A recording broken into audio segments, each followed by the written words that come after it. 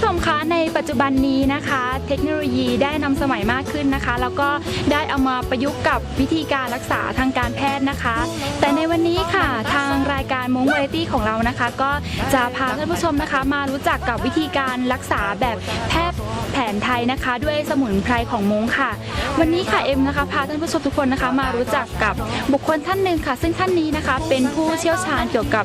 ในเรื่องของสมุนไพรของม้งแล้วก็สมุนไพรอื่นๆนะคะเอาละค่ะเดี๋ยวตามเอ็มไปพบกับผอ.หม่อมกันเลยค่ะ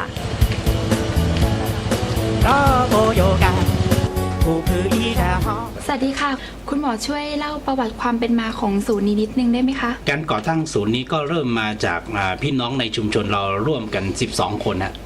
เรามีแนวคิดว่าภูมิปัญญาด้านเดิมของพี่น้องม้งเราเนี่ยมันมีเยอะมากอย่างเช่นกลุ่มสมุนไพรหรือว่ากลุ่มรักษาแบบดั้งเดิมของคนเฒ่าคนแก่สมัยก่อนที่ไม่มีโรงพยาบาลเขาสามารถดูแลกันเองได้อยู่บนภูเขาทีนี้เราก็เจาะลึกไปถามคนแก่ว่าเขาอยู่กันได้ยังไงทีนี้ก็ได้ใจความจากคนแก่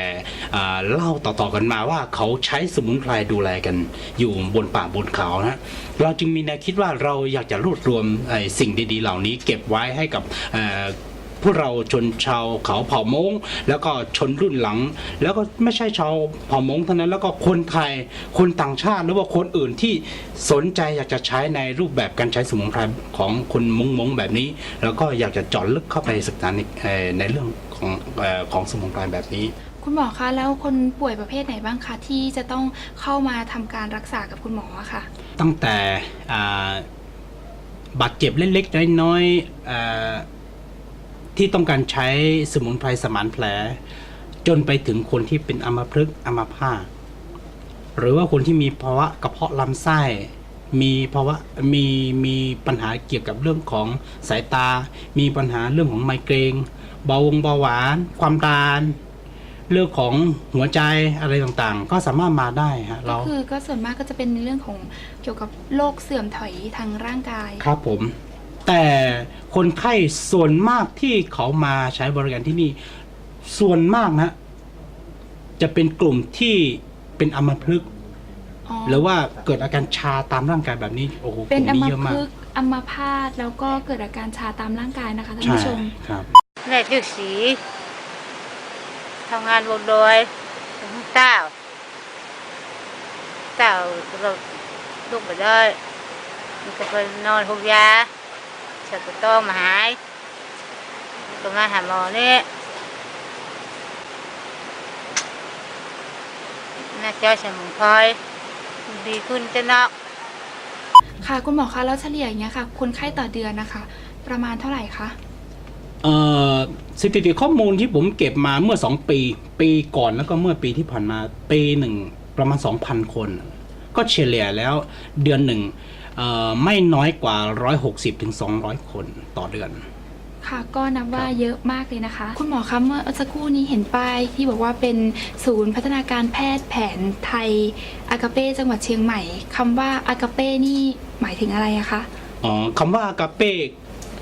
เป็นภาษากรีกโบราณแปลว่าความรักที่ไม่มีเงื่อนไขซึ่งศูนย์ของผมที่นี่ผมดูแลพี่น้องผู้ป่วยคนมีตังก็มา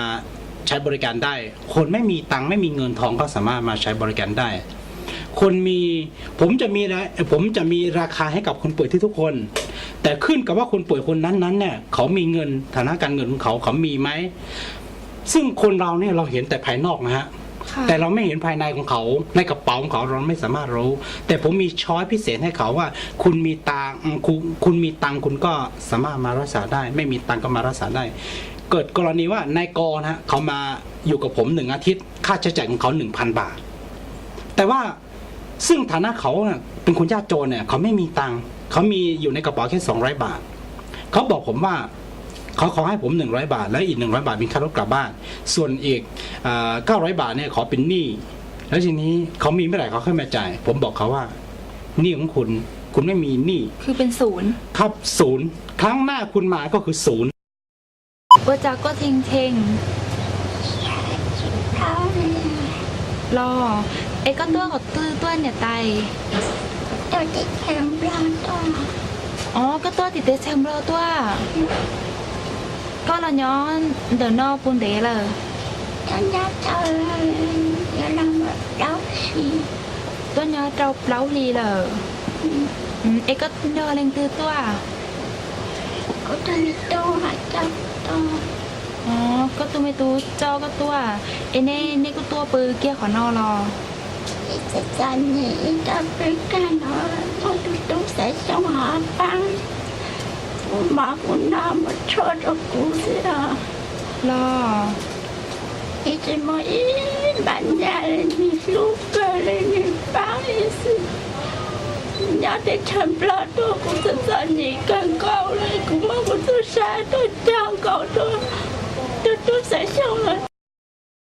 แล้วอย่างนี้ในเรื่องของเงินทุนค่าใช้จ่ายอย่างเงี้ยค่ะ คือคุณหมอเป็นคนออกเองหรือว่ายังไงคะสำหรับคนไข้บางราย ถ้าสมมติว่าคือเขาไม่มีเงินจ่ายเขาอาจจะให้คุณหมอแค่100เดียวหรือ200แต่ว่าค่าใช้จ่ายจริงๆของเขาอาจจะเป็นสัก 1,000 บาทอย่างเงี้ยค่ะ ในส่วนนี้คุณหมอเอาเงินจากไหนมาช่วยเหลือเขาคะ ใครที่อยากจะช่วยก็ช่วยมา ทุกส่วนที่ช่วยมาผมก็บันทึกไว้ในผมมีสมุดเยี่ยมชม ใครมาเยี่ยมชมใครให้เท่าไหร่ผมก็บันทึกชื่อของเขาประวัติไว้แต่ว่าสิ่งเหล่านี้คือมีคนมาเห็นแล้วเขาอยากจะ อยากจะให้ บริจาคอยากจะช่วย อืม นายกไม่มีจ่ายให้ผม แต่บางครั้งนายขอมาเขากลับเป็นคนฐานะดี เขาค่าใช้จ่ายของเขา 1,000 บาทเขาบอกว่าอุ้ยรักษาทั้งงานทิศหนึ่ง1,000 เดียวเหรอเขาให้ผม 2,000 ก็มี บางครั้งคนที่ได้ยินข่าวว่าผมทำเพื่อชุมชนแบบนี้เขามาเยี่ยมผมเขาใส่ซองให้ผมทีหนึ่งเป็น500ก็มี 5,000 ก็มี ค่ะคุณผู้ชมคะในวันนี้นะคะก็เชื่อว่าท่านผู้ชมนะคะที่นั่งชมอยู่นะคะ ก็คงได้ความรู้ไปมากมายเลยค่ะ และสำหรับในวันนี้ก็ขอขอบคุณคุณหมอมากเลยนะคะ ครับผม